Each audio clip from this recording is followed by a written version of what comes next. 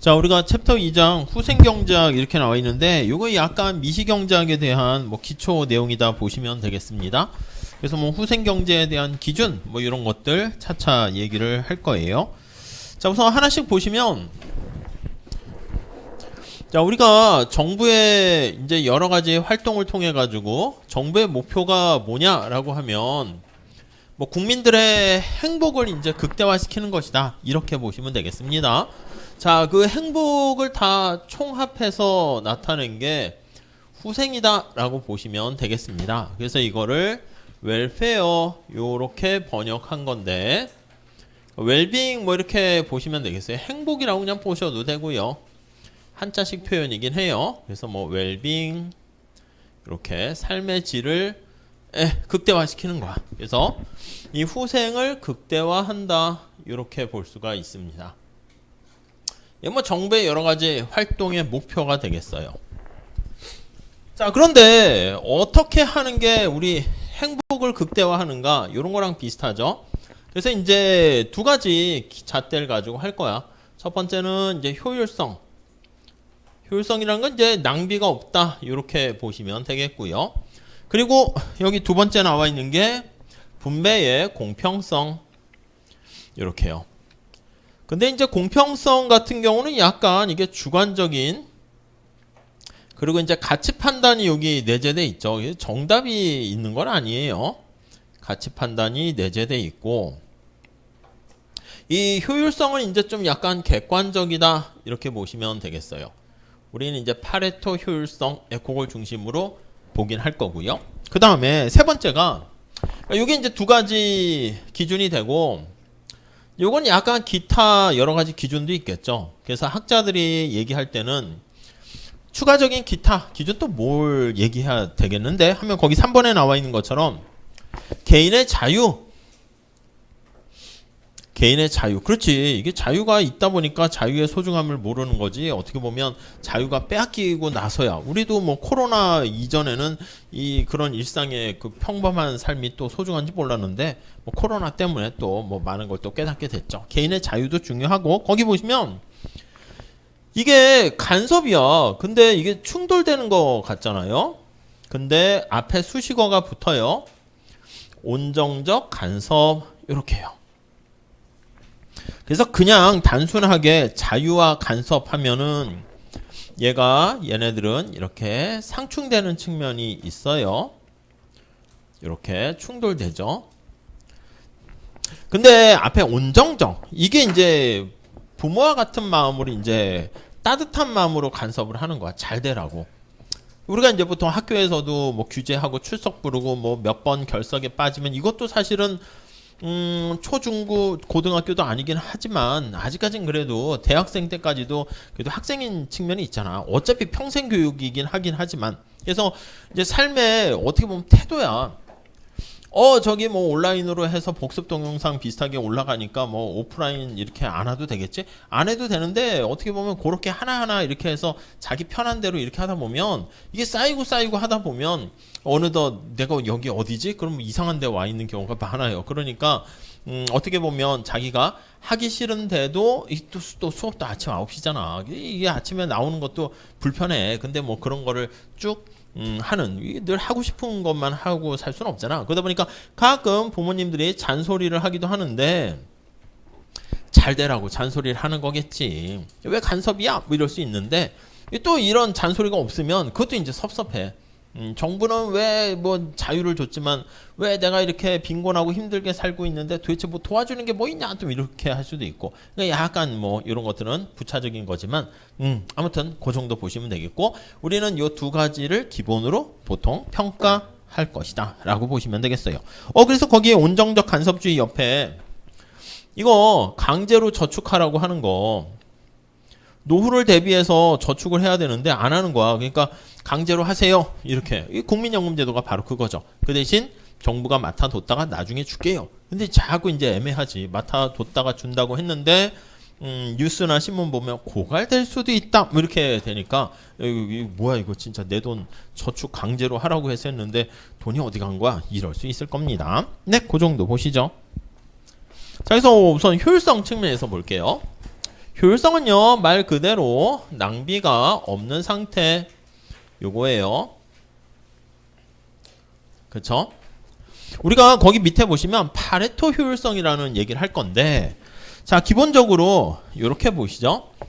어떤 S라는 상태가 있어요. 상태에서 S1이라는 상태로 갔다라고 합시다. S0에서. 근데 이게 이제 개인과는 좀 달라. 지금 이제 경제, 후생 경제라는 건 이제 대한민국 전체를 대상으로 한다라고 생각하시면 되겠어요. 국민들. 근데 국민들한테 물어봤더니 어느 누구도 반대하지 않고 만장일치로 이렇게 찬성한다고 할게요. 자, S0라는 상태에서 S1의 상태로 갑시다. 누가 얘기했더니 싫어요? 좋아요? 물어봤더니 다 좋아요. 이렇게 됐어. 100% 전원 찬성을 했어요.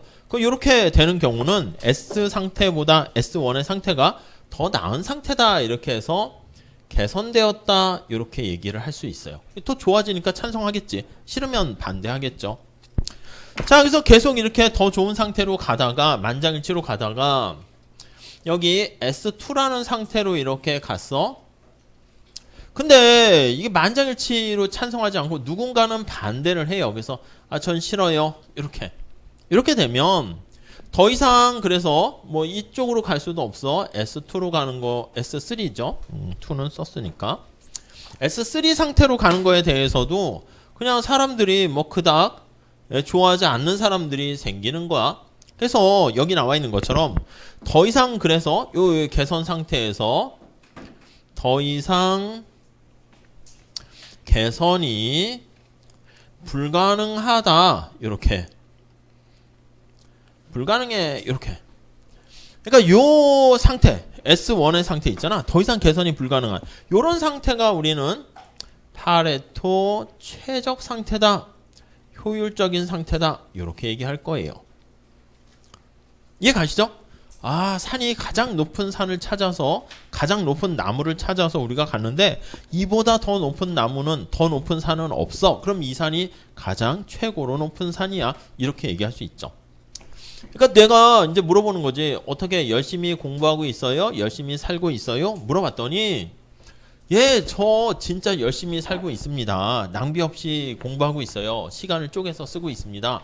이보다 더 열심히 할 수 없어요. 그러면 이게 지금 최선을 다해서 하고 있다. 주어진 여건에서 사람마다 다르겠지. 뭐 체력과 뭐 등등등 그런 게 다르긴 하겠지만 나의 주어진 여건 하에서 이보다 더 열심히 할 수 없네요. 그게 지금 최적 상태다. 이렇게 보시면 돼요. 자, 그래서 개념 정의가 여기 보시면 하나의 자원 배분 상태에서 어떤 새로운 상황으로 갔는데 다른 사람한테 거의 뭐라고 돼 있어? 손해가 가지 않으면서 누군가에게 피해가 가지 않으면서 이득이 되는 변화를 만들어낼 수 없을 때 그런 상태가 파레토 최적이다. 이렇게 보시면 되겠습니다. 요거는 이제 미시경제학적인 얘기이기 때문에 여기서 하지는 않을게요. 그냥 살짝 넘어가도록 할게요. 예를 들면 그냥 요런 얘기야. 아주 명확하지는 않지만 사과가 10개가 있어. 지금 분배된 상태가 A라는 사람이 4개를 갖고 있고 B라는 사람이 4개를 갖고 있습니다. 이렇게. 그래서 새로운 상태로 갑니다. B라는 상태로 가요.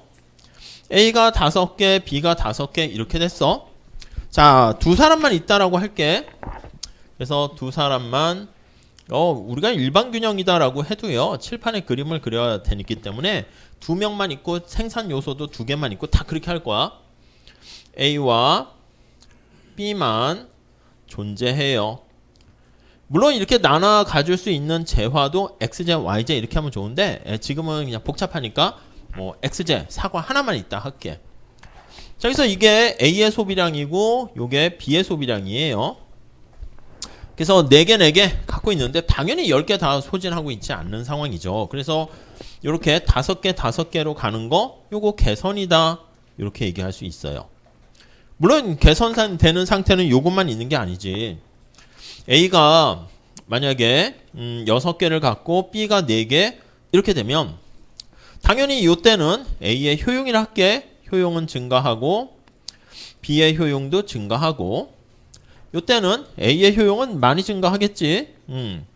B의 효용은 증가하지 않고 그대로 가만히 있을 거예요. 자, 그리고 또 다른 상태로 갔어. A는 4개고 B가 6개야. 이때는 A의 효용은 그대로이지만 B의 효용이 많이 증가하는 거 알 수 있겠습니다. 이거 다 개선이지. 왜요? 누군가에게 피해를 주지 않으면서 효용을 감소시키지 않으면서 다른 사람 A나 혹은 B 또는 둘 다의 효용이 증가하게 된 걸 알 수가 있습니다. 이렇게요. 원래 이제 재화까지 2개 같이 고려하게 되면 에즈워드 박스를 그려가지고 무차별 곡선해서 표현을 해야 되겠죠. 이게 다 개선이야. 자, 그런데 여기 나와 있는 B라는 상태가 되었을 때 B라는 상태에서요. 여기서 또 다른 개선되는 상태를 찾을 수 있을까? 한번 봅니다. 만약에 A가 6개 가려면 B는 4개로 이렇게 줄어들잖아. 그럼 어떻게 돼? 그럼 이런 경우에는 B가 반대한다고요. 왜요? B의 효용은 사과가 5개에서 4개로 줄어들잖아. 그러니까 이거는 개선이 아니라는 거죠. 개선이라는 것은 누구 한 명이라도 반대하는 사람이 있어서는 안 된다. 이렇게 보시면 되겠어요. 이해 가시겠어요? 자, 그래서 거기 보시면은 자원 배분의 효율성과 관련해 가지고요. 이렇게 얘기합니다. 요 개념을 기본으로 해서, 그래서 파레토 효율적이다라고 하면은 이게 더 이상 파레토 개선이 불가능하다. 이렇게 보시면 되겠습니다. 개선이 불가능한 상태. 이렇게 정리하시면 되겠어요.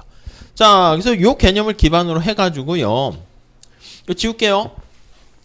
우리가 거기 나와 있는 경제 활동과 관련해서는 이제 생산과 소비 뭐 이런 거 아니겠습니까? 그래서 이제 분배 이런 걸 다루는 게 이제 경제 문제고 경제학이 되겠어요. 그래서 이걸 설명하기 위해서 우리가 재화, 사람 이런 거 다 2개만 있다라고 할 거야. 생산 요소도 2개. 그래서 2x2 모형이라고 얘기합니다. 이렇게. 뭐 이거 일반화 시키는 데는 어려움이 없죠. 그래서 노동과 자본, 생산 요소 2개만 있고, 그 다음에 재화 XJ, YJ 2개만 있고, 사람도 A와 B 이렇게 2명만 있다. 이렇게 생각하고 얘기를 진행하도록 할게요. 자, 그래서 우리 이렇게 노동과 자본을 투입해. 그래서 요거를 쭉 투입을 합니다. 그래서 XJ랑 YJ를 만들어요. 생산이지 이게. 생산된 걸 가지고 A와 B한테 이렇게 나눠줍니다. 어떻게 나눠줄 때 가장 효율적일까? 이렇게 보시면 되겠습니다. 자, 우선 첫 번째 생산과 관련해서 한번 보시면 요게 생산의 효율성이 되는 거죠. 요거 생산 이렇게 보시면 되겠어요. 여러분도 마찬가지야. 여러분들이 뭐 학점뿐만 아니라 뭐 여러 가지를 아웃풋을 생산해야 되는데 여러분들이 가지고 있는 시간과 체력을 어떻게 분배하는 게 가장 좋을까? 그거입니다. 결론을 말씀드리면 이렇게 되는 거죠. MRTS LKX가 MRTS LKY랑 같을 때 이겁니다. 여기 약간 미시경제학 뒷부분에 나와요. 우리 계약곡선으로 해서 뭐 그거 하지는 않을게요. 의미만 그냥 보도록 할게요. MRTS가 뭐예요? MRTS LK가 뭐예요? 요거 미시경제학 기초인데 뜻이 뭐예요? 기억이 나십니까? 자, 이건 뭐냐면 관심사가 L, 노동 K 이렇게 있는데 앞에 게 관심사예요. 앞에 게. 그래서 쉽게 얘기하면 노동 L의 기여 정도다, 기여도다 이렇게 생각하시면 되겠어요. 이해 가시죠? 그래서 MRTS가 작다, LK 이거 순서 바뀌면 안 돼. 그래서 MRTS LK가 작아진다 그러면 관심사가 되는 노동의 기여도가 작아진다 이렇게 보시면 되겠어요. 이걸 풀어서 쓰시게 되면 한계 생산 비율이지. 그래서 이렇게 노동의 한계 생산, 그 다음에 자본의 한계 생산 이렇게. 이 분모는 기준의 역할을 하는 거야. 그러니까 관심사는 지금 분자라고 말씀드렸어요. 그러니까 노동의 기여도를 자본으로 표현하는 겁니다. 자, 그래서 X를 생산할 때 노동의 기여도를 살펴보는 거예요. 자, 그런데 Y를 생산할 때 똑같이 NPK, NPL 이렇게 있는데, 여러분 만약에 부등호가 이렇게 돼 있다라고 해볼게요. 이렇게 돼 있다 한번 해볼게요. 해석해 보시죠. 자, 만약에 노동이 만약에 손흥민 선수야. 그리고 X가 축구고요. Y가 야구야. 그럼 손흥민 선수가 물론 야구를 안 해봤으니까 잘 모르긴 하겠지만 우리가 익히 알고 있는 것처럼 야구에서 활약하는 것보다 축구에서 활약하는 게 훨씬 더 기여도가 커. 그리고 우리가 나중에 노동이 분배목 그거는 뭐에 의해서 받아갑니까? 그러면 어떻게 분배하는 게 제일 좋습니까? 하면은 기여한 만큼 받아가는 게 제일 좋지. 아니 어떤 사람이 A+ 받아가는 게 제일 좋아요? 아니 선택의 문제잖아. 나의 소중한 시간을 이렇게 야외에 여행을 가는데 수업 시간 안 들어오고 뭐 돌아다니는데 쏟은 사람보다는 수업이 목적이니까 수업 요 한정해 봤을 때는 더 많은 시간을 재정하기를 이해하는데 수업을 많이 신경을 쓰고 에너지를 쓰고 시간을 쓴 사람이 당연히 훨씬 더 뾰족한 A+를 받는 게 훨씬 더 낫겠죠. 그게 이제 뭐로 나타납니까 하면은 성적으로 반드시 그런 건 아닐 수 있겠지만 성적이 높다라는 얘기는 뭐야? 아니 더 공부를 많이 이쪽에 신경을 쏟았다 이 뜻이 되는 거지. 그러니까 우리가 모든 걸 다 잘할 수 없잖아. 그러니까 선택하는 거지. 재정학 공부에 시간 쏟을까? 아니야. 어디 여행을 갈까? 아니야. 난 딴 거에 신경 쓸까? 이렇게 모든 걸 다 할 수 없으니까 근데 우리가 평가할 때는 재정학이라는 과목 내에서는 재정학이 신경 많이 쓴 사람을 우대해서 좋은 학점을 드릴 수밖에 없게 된다는 것이죠. 그러니까 이게 손흥민 선수는 야구보다 축구의 기여도가 높으니까 연봉도 훨씬 거기서 했을 때 기여도가 높고 그에 따른 임금도 많이 받고. 그러니까 이렇게 돼버리면 어떻게 됩니까 하면 여기서 뭐야, 노동자가 Y라는 동네에서는 별로 기여를 못하는 거야. 활약을 못하는 거야. 그럼 노동자들은 어디로 가야 돼? X로 가야 돼. 그래서 이쪽으로 이동을 하는 거야. L이 이동을 하는 거야. 뭐 그냥 간단하게 보세요. 이것도 그냥 뭐 MRT에서 어쩌고 뭐 갖고 뭐 이렇게 막 수리적으로 막 너무 이렇게 막 그림 그리고 하다 보면 이게 내가 왜 하고 있지? 뭐 이렇게 돼요. 여기는 누가 가야 돼? 거꾸로 뒤집어 얘기하면 자본이 여기서 훨씬 더 효과가 좋은 거잖아. 그래서 자본은 이쪽으로 이동을 해야 되는 거예요. 그러니까 노동에만 초점 맞추시죠. 자, 그러면 우리 알다시피 손흥민 선수가 그 팀에서 왜 그렇게 대우를 받고 연봉이 좋을까요? 아니 그런 손흥민의 역할을 하는 사람이 없으니까 그런 거 아니겠어? 근데 밖에서 외부 선수를 영입해서 손흥민과 같은 선수들이 그 팀에 바글바글한 거야. 그럼 손흥민의 기여도는 떨어지겠지. 손흥민의 가치는 떨어지겠지. 여기 보세요. 노동이 별로 없고 막 하니까 노동이 막 대우를 받고 기여를 많이 하고 있었는데 이쪽에 노동이 많아지면 노동의 한계 생산은 어떻게 되겠습니까? 떨어지지. 그쵸? 분자에만 초점 맞출게요. 여기는 왜 노동의 기여도가 낮았을까요? 노동이 널려 있으니까 그런 거지 뭐. 근데 노동이 자꾸 전리 빠져나가. 그럼 여기는 이제 노동이 소중해지는 거 아니겠습니까? 물과 다이아몬드 역사 생각해 보세요. 다이아가 생명을 유지하는 뭐 그거에 직접 필요한 것도 아닌데 가치가 높은 이유는 희소하니까 그렇지. 그러니까 노동자가 전리 빠져나가니까 여긴 노동자가 희소해서 노동의 한계 생산, 노동의 기여도가 커져요. 그러면 우리 이동이 계속 일어나고 있으면 그건 균형이 아니잖아. 균형 상태는 뭐야? 더 이상 이동할 유인이 없는 상태가 균형이지. 이쪽으로 가고 얘가 내려가고 얘가 올라가다가 같아지게 되면은 그때가 바로 균형 상태가 된다. 이렇게 보시면 되겠습니다. 자, 그래서 이거를 우리가 분모 분자 이렇게 나타내면 복잡하니까 이거를 그냥 꽝 해서 이름을 하나 부여했습니다. 이게 MRTS LK 이렇게 되는 거죠. 저기 나와 있듯이. 마지널 비율입니다. 이거 기술입니다. 테크놀로지 측면에서 노동과 자본을 어떻게 대체하는가. 요거 X와 여기 나와 있는 MRTS Y가 같아질 때 MRTS LK가 같아질 때 요때가 더 이상 변화할 요인이 없는 거야. 그래서 이게 바로 저 위에 생산의 효율성이다. 이렇게 보시면 되겠습니다. 그래서 생산의 효율성 뭐 에즈워드 박스 해가지고 하는 건 하지 않을게요. 네, 여기서는 네, 요렇게. 자, 그다음 여기 이제 소비 교환의 효율성 이렇게 얘기해요. 자, XY를 생산했습니다. 생산된 XY를 A와 B한테 나눠줘야 돼. 어떻게 나눠주면 좋겠습니까? 이게 물이고 이게 빵이라고 합시다. 아니, 목마른 사람한테는 물을 좀 많이 주면 좋겠고, 목마르지 않고 배고픈 사람한테는 빵을 좀 더 많이 주는 게 좋겠죠. 그래서 여기 어떻게 소비를 하는 게 좋을까요? 이쪽에다 할게요, 그냥. 이렇게. 자, 미리 결론부터 말씀드리면 거기에도 나와 있듯이 예, MRS에 이 모든 게 반영돼 있지. MRS, X, Y, A 이렇게 해석 한번 해보세요. MRS가 뭐야? 한계 대체율입니다. 예, 그렇지. X를 하나 증가시키기 위해서 그걸 떠나서 그냥 똑같이 보면 관심사가 여기 나와 있는 X야, X. 그래서 X를 얼마나 소중하게 생각하는가, X가 물이면 물을 얼마나 소중하게 생각하는가, 이걸 나타냅니다. X를 소중히 여기는 정도. 예, 이렇게 보시면 되겠습니다. 그러니까 역시 마찬가지로 이렇게 보시죠. 만약에 MRS, XY, B 있는데 이렇게 됐다 할게. 해석해 보세요. X가 물이야, Y가 빵이야. 여기 보시면 누가 더 목마른 사람이에요? A와 B 중에서. 예, B보다 A가 목마른 사람이지. 왜요? 아니, 물을 지금 더 소중하게 생각하잖아. 왜 소중하게 생각해요?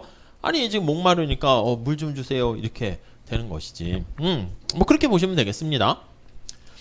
요게 이제 한계 효용의 비율로 표현할 수 있지. 그래서 X에 대한 한계 효용, Y에 대한 한계 효용, 요거에 대한 비율, 이렇게 보시면 되겠어요.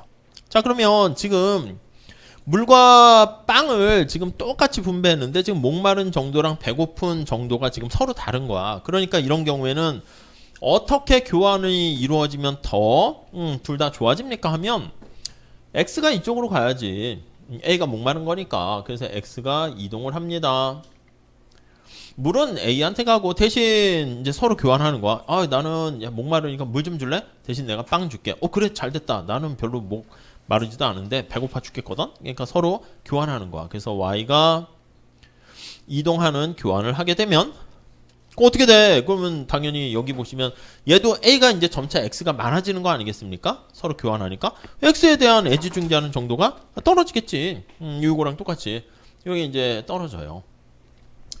얘는 자기가 물을 많이 갖고 X를 많이 갖고 있다 생각해서 B는 A랑 막 교환하고 B가 A한테 줬는데 자꾸 주다 보니까 이제 자기도 이제 물이 부족한 거야. 물이 소중해지는 거지. 올라가요. 그러다 역시 언제 이게 이동이 멈춥니까? 같아질 때 멈춘다. 이렇게 보시면 되겠습니다.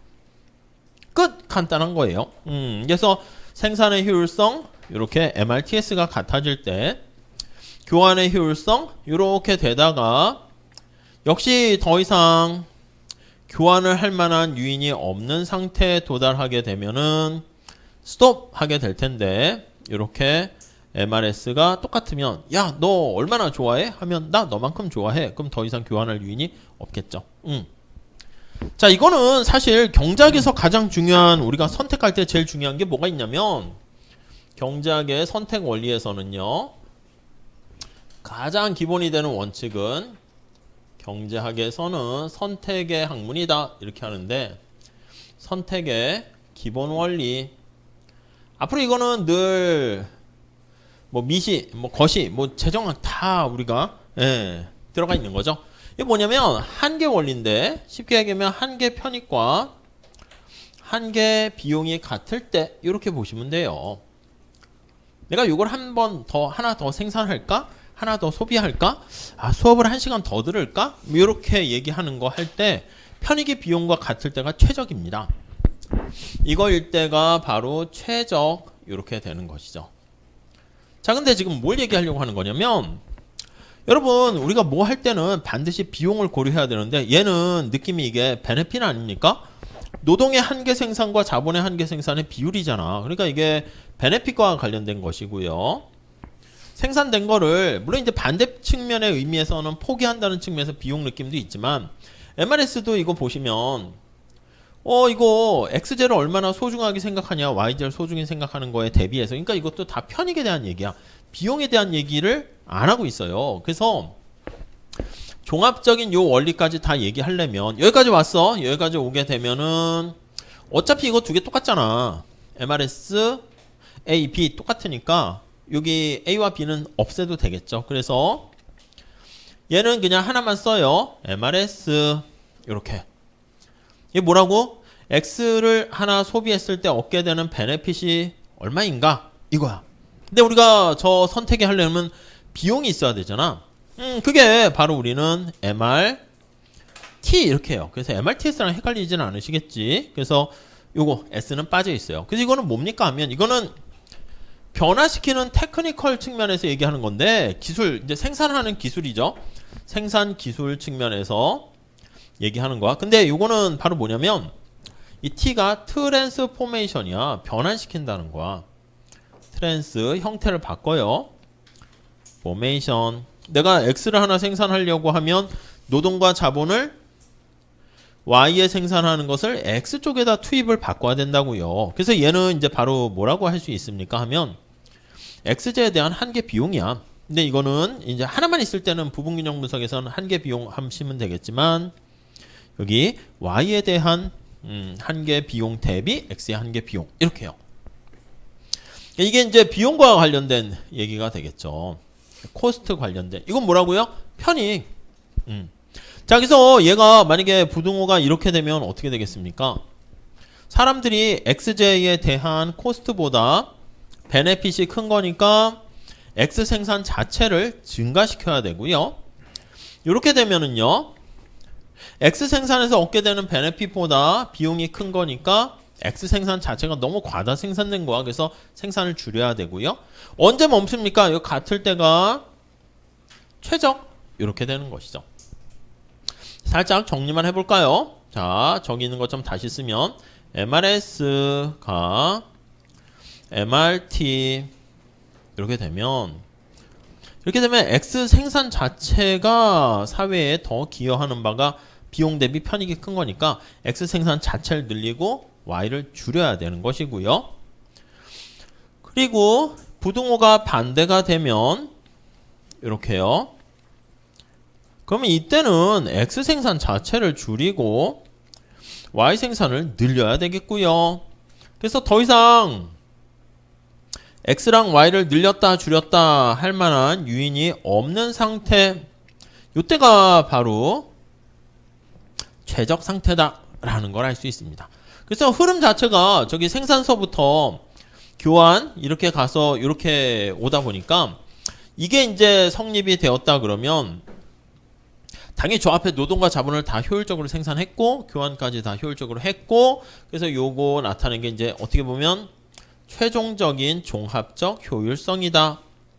이렇게 얘기를 하게 됩니다. 요거는 이제 보통 미시경제학 뒷부분에 나와 있는 일반 균형 파트에서 얘기를 하는 것이기 때문에 그거 부분을 좀 한번 보세요. 아니면 제가 뭐 영상 거기 유튜브에도 올려가 있으니까 필요한 분은 말씀하시면 그냥 보시면 돼요. 그리고 요 정도만 그냥 머릿속에 넣어 두시면 될 것 같아요. 전에는 뭐 에즈워드 박스 그려서 뭐 설명드리고 했는데 뭐 미시경제학에서 주로 많이 하니까 요 정도 잡아가시면 되겠습니다. 자, 그 다음에 거기 보시면 완전 경쟁과 자원 배분의 효율성. 이거 뭐냐면 아니 여기 나와 있는 이 효율성 조건 이게 시장에서 가격이 조정 역할을 하는 거야. 가격이 조정을 통해서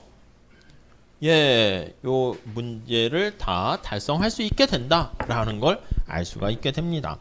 자, 우선 간단한 소비의 교환의 효율성만 볼까요? 여기다 볼게. 교환의 효율성. 네, 간단하게 보시면 아니 여러분 A라는 사람이 있어. 우리 미시경제학에서 얘기하는 것처럼 A라는 사람은 어떻게 XY를 최적 선택합니까? 어떻게 하냐면 내가 가지고 있는 예산선 요거랑 무차별 곡선이 이렇게 접할 때 효용 극대화 이렇게 됩니다. A의 효용 이렇게요. 그쵸? 자, 요 이점을 한번 살펴보시면 요 예산선의 기울기가 뭐냐면 이게 MRS고 이 느낌 있죠? 지금 MRS XY는 A가 XJ를 얼마나 소중하게 생각하는가 이거야. 근데 거기서 얻게 되는 만족인데 이게 A가 시장에서의 가격과 같아질 때, 그러니까 쉽게 얘기하면 시장에 내가 이만큼 지불을 해서 요거랑 지금 얻게 되는 편익이 같을 때 최적 이렇게 결정이 됩니다. 오케이? 네, 이 정도 아실 거고. 자, 그런데 A는 이렇게 시장에서의 가격이 주어져 있으면 저 가격을 보고 의사결정을 하는데 B도 마찬가지입니다. 여기 B가 있어. B도 어떻게 결정합니까? 라고 하면요. 시장에서의 가격이 이렇게 완전 경쟁 시장에서는 시장에서 결정된 가격을 받아들입니다. 자, 그래서 얘가 MRS, XY, B 이렇게 같을 때가 최적 이렇게 된다. 이렇게 되고 A도 이렇게 같아질 때 최적 선택 무차별 곡선과 예산선이 접하게 되는 것이죠. 자, 이런 상황이 있으니까 근데 여기 얘가 신호등 역할을 한다니까 쭉 이렇게 있는 거야. 요걸 보고 자기가 교차로에서 고 할 것인가 스톱 할 것인가 그걸 결정하는 거야. 그러니까 얘가 이제 조정을 해. XY를 요거 보고 우리 알잖아. 여기 이렇게 돼 있어서 여기가 되면 여기 스몰 a라고 할게. A점에서는 무차별 곡선의 접선의 기울기가 네, 요거는 아시겠죠? 요거는 요 정도는 미시경제학 책 한번 보세요. 가장 기본적인 거니까 MRS가 예산선의 기울기보다 더 커. PY분의 PX보다 MRS가 더 큽니다. 어떻게 되겠어? 그러니까 이거는 쉽게 얘기하면 A가 XJ를 소비할 때 지출할 때 이만큼 돈을 받게 되는데 이게 더 큰 거니까 X 소비 자체를 늘리는 거지. 이 예산선 위에서 선택할 수 있잖아. 이렇게요. 이렇게. 그러면 XJ를 증가시키고 주어진 예산 제약하에서 Y를 감소시키면 소득은 어떻게 돼? 소득을 M이라 할게요. 소득은 예산 제약 선상에서 이동하니까 불변이야. 변함 없는데 주어진 소득 가지고 이렇게 조정을 했더니 효용은 어떻게 돼? 효용은 증가한다는 걸 알 수 있어요. 그래서 효용이 증가하니까 더 나은 선택이죠. 그래서 A점에서 이렇게 2점으로 갈수록 여기 2점으로 이렇게 갈수록 이행할수록 이거 아까 얘기한 것처럼 뭐 개선이야. 그래서 2점이 되면 더 이상 개선이 불가능한 거지. 개선이 불가. 더 가면 어떻게 됩니까? 더 가면 이렇게 또 효용이 감소하니까 여기선 또 이렇게 가야 되겠죠. 자, B도 마찬가지야. 그래서 PY분의 PX가 시장에서 딱 주어졌는데 그게 똑같은 거면 얘가 이제 신호 가이드 역할 해가지고 MRS 얘네 둘이 같아지게 된다는 걸 알 수가 있습니다. 뭐 이해 가시겠죠? 자, 마찬가지야. 그래서 저기 나와 있는 교환의 효율성이 이렇게 되고 여기 생산의 효율성도 마찬가지야. 얘네들이 우리 등량 곡선 가지고 표현하는데 뭘 보고 결정합니까? 그러면 R분의 W를 보고 이제 결정을 해. 그래서 얘네들이 직접 만나가지고 야, 너네 노동자가 얼마나 기여해? 자본이 얼마나 기여해? 이렇게 하는 게 아니라 이걸 보고 얘가 여기에 맞추는 거야. 얘도 여기에 맞춰. 이게 이제 링크 역할을 하게 되는 거니까 시장에서 W가 임금, 노동의 가격, 자본의 가격 이게 조정이 되면서 요거에 맞추다 보면 얘네 둘도 같아지게 된다는 거 알 수가 있겠죠.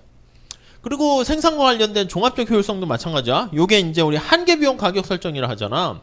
생산자도 여기 나와 있는 PY분의 PX랑 MCY분의 MCX 요거 두 개 같을 때 요게 생산과 관련해서 가장 최적 이렇게 되다 보니까 역시 PY분의 PX를 통해서 저기 교환의 효율성 그 다음에 여기 종합적 효율성 다 달성되는 거 알 수가 있겠습니다. 네, 그래서 결론적으로 말씀드리면 이렇게 완전 경쟁 시장에서 동일한 가격에 직면하게 되면 그걸 보고 의사결정과 선택을 하게 되면 지금 말씀드린 것처럼 모든 효율성이 다 달성된다 이렇게 보시면 되겠어요. 자, 그래서 이제 후생 경제학의 기본 정리, 제일 정리와 제일 정리 있는데 요거는 다음 시간에 설명할게요. 그래서 다음 시간에는 요거요 제가 에즈워드 박스를 계약 곡선을 설명하지 않았지만 그냥 간단하게 미시경제 경제 원론이나 뭐 아니면 미시경제에서 하는 거를 그냥 빠르게 그냥 간단하게 소개할 테니까 거기 좀 약하신 분들은 그쪽 관련된 부분 조금 찾아오시고 한번 공부하시고 오시면 좋겠어요. 복잡하게 꼬진 않고요. 그냥 그거 이용해서 후생경제의 기본 정리 요렇게 들어가 보도록 할게요. 아시겠죠? 자, 요렇게 할게요. 다음 시간에 이어서 하겠습니다. 예, 여기서 마칠게요. 수고하셨습니다. 예.